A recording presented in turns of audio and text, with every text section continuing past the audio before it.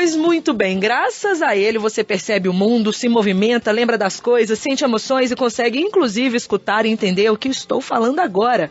Pesando em média 1,5 kg, o mais complexo dos órgãos humanos está bem aí dentro da sua cabeça, o cérebro, para nos ajudar a desvendar os mistérios e derrubar mitos sobre o funcionamento dessa parte tão importante do nosso corpo. O Núcleo de Neurociências, em conjunto com o Programa de Pós-Graduação de Neurociências da UFMG, realiza a Semana do Cérebro. A programação segue no Espaço do Conhecimento, né? Começou ontem com um evento aqui no Campus Pampulha, segue no Espaço do Conhecimento e conta com a realização da oficina O que você tem na sua cabeça, além de sessão comentada do filme Her. Para a gente falar sobre o evento, sobre o cérebro, eu converso agora com o coordenador da Semana do Cérebro deste ano, tá? E professor do Núcleo de Neurociências da UFMG, professor Bruno de Souza. Muito bom dia, professor. Seja muito bem-vindo à Rádio UFMG Educativa. Bom dia. Professor, é um prazer aqui falar um pouquinho de cérebro. Prazer é nosso, professor. Muito obrigado pela participação. Eu sei que o cérebro aí, professor, é um órgão bastante complexo, mas o senhor pode nos explicar um pouco sobre o seu funcionamento? Por que ele tem essa importância aí, né, vital, literalmente vital para o nosso funcionamento? Claro. É interessante que o interesse sobre o cérebro ele é histórico, né? Porque a gente sempre quer entender um pouquinho do autoconhecimento. E o cérebro ele tem um papel interessante de integração de informações. Até um pouco tempo atrás, se a gente pensar bem, até o final do século XIX, a gente não sabia que tinha neurônios. O cérebro era como se fosse uma massa branca. Então, graças a um trabalho de um pesquisador chamado Ramón y Cajal, um espanhol, a gente descobriu que tinha células dentro do cérebro e aí, com as pesquisas nos últimos 100, 150 anos, a gente vem entendendo bem como o cérebro funciona. E é interessante porque a função mais interessante dele é o fato dele ser uma esponja. Ele pega muita informação e ele integra essas informações e apesar de todas as suas falhas, o que é muito interessante, por causa das falhas a gente consegue, por exemplo, ver um filme, que é vendo uma sequência de fotografias a gente tem uma ideia de ilusão, que é uma falha do cérebro, que apesar de todas as suas falhas é um órgão impressionante, né? Que deixou de ser uma caixa preta, mas ainda fascina pelo tanto de encanto e novidades que ele ainda pode passar pra gente. Legal, professor, quando você fala aí de falhas, né, que a gente consegue ver um filme, isso é muito interessante, né, professor? Porque parece ali que é o cérebro funcionando perfeitamente, mas é pelo contrário, é justamente por essa falha que a gente tem essa experiência. Exatamente, e é muito interessante porque a gente tem essas ilusões ópticas, e como eu falei, o próprio cinema, tudo isso são falhas do mecanismo do cérebro, de como a gente enxerga as coisas, e ele cria essa ilusão que é o cinema. A gente vê, por exemplo, um jeito fácil até de olhar, de pensar, é quando a gente olha o cosmos, a gente enxerga um espectro tão pequeno de ondas e de cores, e na verdade tem um espectro imenso de raios-x, raios gamas, que nós não vemos, mas evolutivamente não foi importante pra gente. Uhum. E então, professor, a gente tem conseguido aí desvendar muitos mistérios dessa caixa preta da nossa cabeça, professor? Sim, nossa, tem muita coisa bacana que a gente já sabe hoje. Na verdade, até a caixa preta não existe mais. Uhum. A gente tem muita técnica interessante, não só como em humanos, mas também com animais, em que a gente consegue manipular o comportamento do animal, entendendo qual que é o seu circuito neural. Tem um trabalho recente do ano passado, de um pesquisador que ganhou um prêmio Nobel, provavelmente vai ganhar o segundo, chama o professor Tonegawa. E ele consegue identificar qual circuito neural, qual o conjunto de neurônios que deu medo para um camundongo e ele consegue apagar através de uma manipulação, o que futuramente pode ser uma terapia. Oh. E as pesquisas também elas são feitas aí com o cérebro, professor? Por exemplo, abrindo o cérebro, descobrindo aí esse órgão com as mãos mesmo? Como é que é? Sim, a gente faz muitos experimentos. Em humanos é muito mais difícil, logicamente, claro, porque a gente precisa ou de um neurocirurgião ou fazer por imagiamento. Mas é muito comum, por exemplo, que durante uma neurocirurgia para Parkinson ou qualquer outra cirurgia, que abra a calota craniana, ou seja, tira uma parte do crânio, expõe o cérebro e enquanto a pessoa está acordada, você faz a cirurgia. Então você consegue mexer e a gente descobre muito do comportamento humano, da função do cérebro no comportamento humano, enquanto a cabeça da pessoa está aberta. E é legal porque o cérebro não tem receptor de dor. Os receptores de dores ficam na pele, em tecidos, no nosso corpo, mas não no cérebro. Então se eu mexer no meu cérebro, eu mudo o comportamento sem ter nenhuma dor. E é assim que a gente faz algumas cirurgias. Nos animais a gente faz a mesma coisa. Olha só. E então, quando a gente pensa, né, em algumas doenças, né, professor, e alguns diagnósticos aí que não é físico, não é um problema físico ali, que não é uma cirurgia que resolve, mas é também uma cirurgia, por aí que o senhor está falando? Esse é muito interessante, porque é difícil a gente pensar, quando a gente fala em físico, a gente sempre pensa em uma coisa grande, né? É alguma coisa visível ali, né, que a gente vê, que a gente tira, põe, exatamente. Não sei. Mas tem algumas patologias que elas são químicas, então a gente não consegue enxergar. É físico, sim, mas ela continua sendo físico, né? Isso, exatamente. E aí a gente faz a manipulação farmacológica, né? Através de medicamentos, a gente consegue melhorar. Apesar que eles não são perfeitos. Ainda tem muito para entender como funcionam os medicamentos. E o que é interessante, até através mesmo do estímulo ambiental. Psicoterapia muda o cérebro, atividade física muda o cérebro. Então, esses estímulos externos também modificam o cérebro de forma muito física. Muito instigante, né, professor? É instigante. Eu sou suspeito para falar. Muito bem, agora são 10h51. Você está no programa Conexões aqui pela Rádio UFMG Educativa. Eu sou Luísa Glória, estou conversando com o professor do Núcleo de Neurociências da UFMG, professor Bruno de Souza, que coordena a Semana do Cérebro deste ano. Professor, então vamos falar um pouquinho aí da semana, né? A Semana do Cérebro, ela é parte de um movimento global, né? É parte de uma coisa maior aí, sim, não é isso, professor? Sim, exatamente. Tem uma fundação que chama Dana Foundation.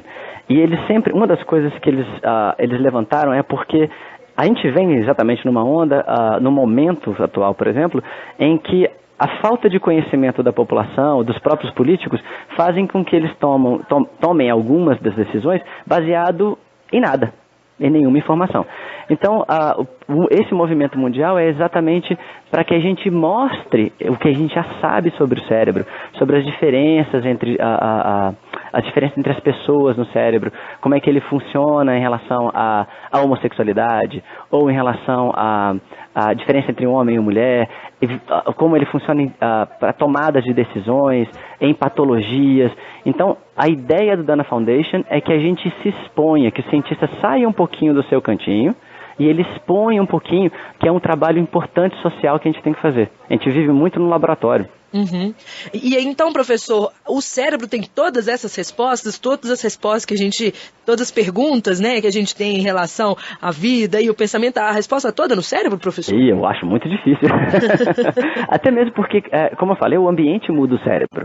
Então, o cérebro, eu brinco com os meus alunos que o cérebro nunca é o centro do mundo. E apesar de dar aula de neurociências, eu falo assim, o meu objetivo na aula é mostrar que o cérebro não é o centro nem a origem das coisas. Uhum. Então, é sempre bom ver que o cérebro, como ele é uma esponja, desde a infância ele recebe muita informação.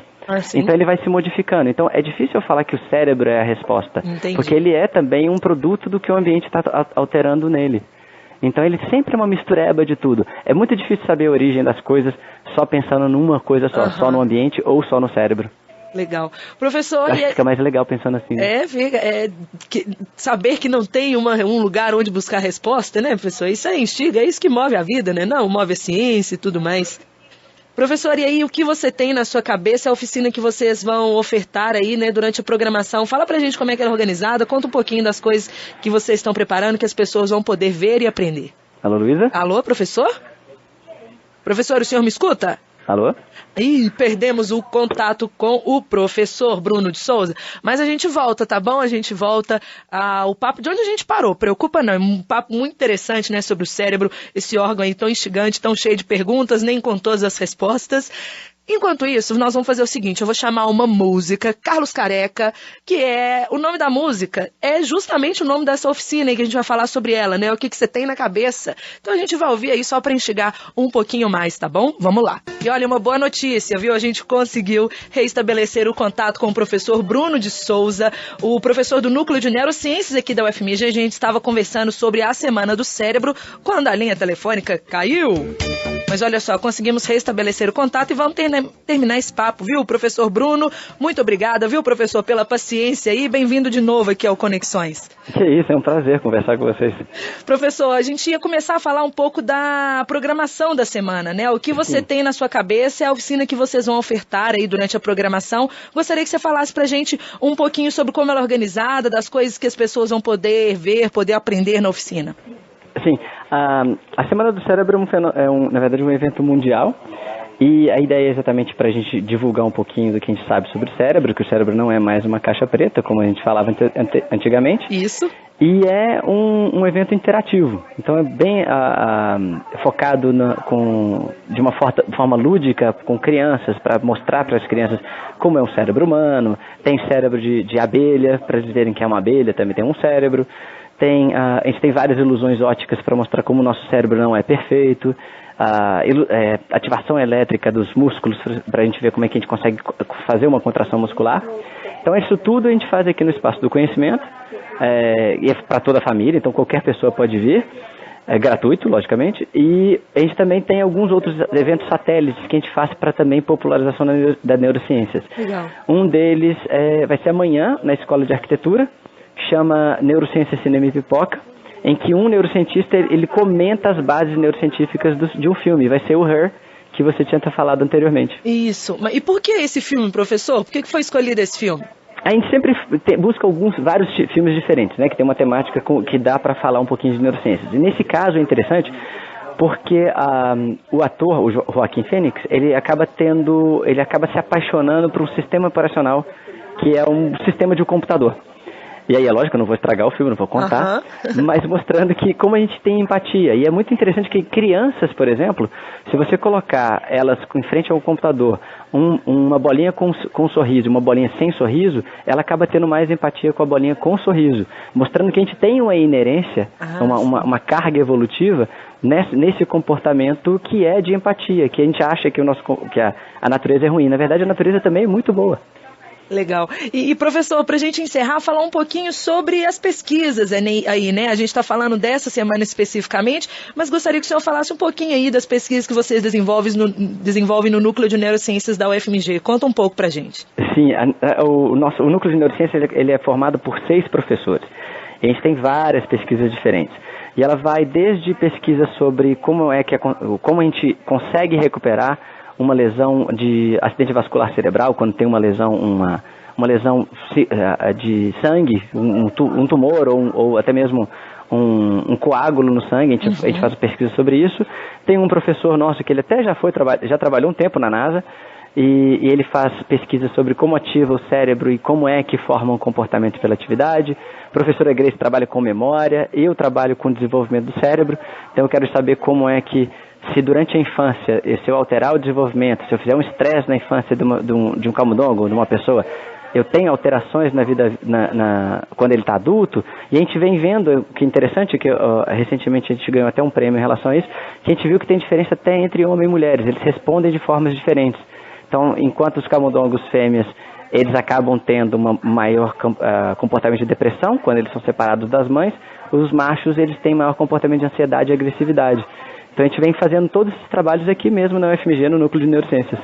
Bacana, professor Bruno de Souza, muito obrigada pela participação, conte sempre aqui com a gente, viu, professor? Eu que agradeço, obrigado pelo convite. Obrigado e um bom dia, professor. Obrigado, bom dia. Aí esse é o professor do Núcleo de Neurociências da UFMG, coordenador da Semana do Cérebro deste ano, professor Bruno de Souza, a programação do evento que conta com a realização da oficina, o que você tem na sua cabeça. Também tem sessão comentada do filme Her, teve início hoje, né? Já começou aí, a programação segue no Espaço do Conhecimento, aí também na Escola de Arquitetura, né? Como o professor nos disse, fica e segue até amanhã, até o dia 17. Outras informações, acesse espaçodoconhecimento.org.br, Espaco do Conhecimento, espaço sem cedilha, né? .org.br. O museu fica na Praça da Liberdade, aquele prédio ali da fachada digital, bem na Praça da Liberdade, fácil de achar, bonito, número 700. Para saber mais sobre as atividades desenvolvidas pelo Núcleo de Neurociências da UFMG, você pode entrar no site nnc.icb.fmg.br,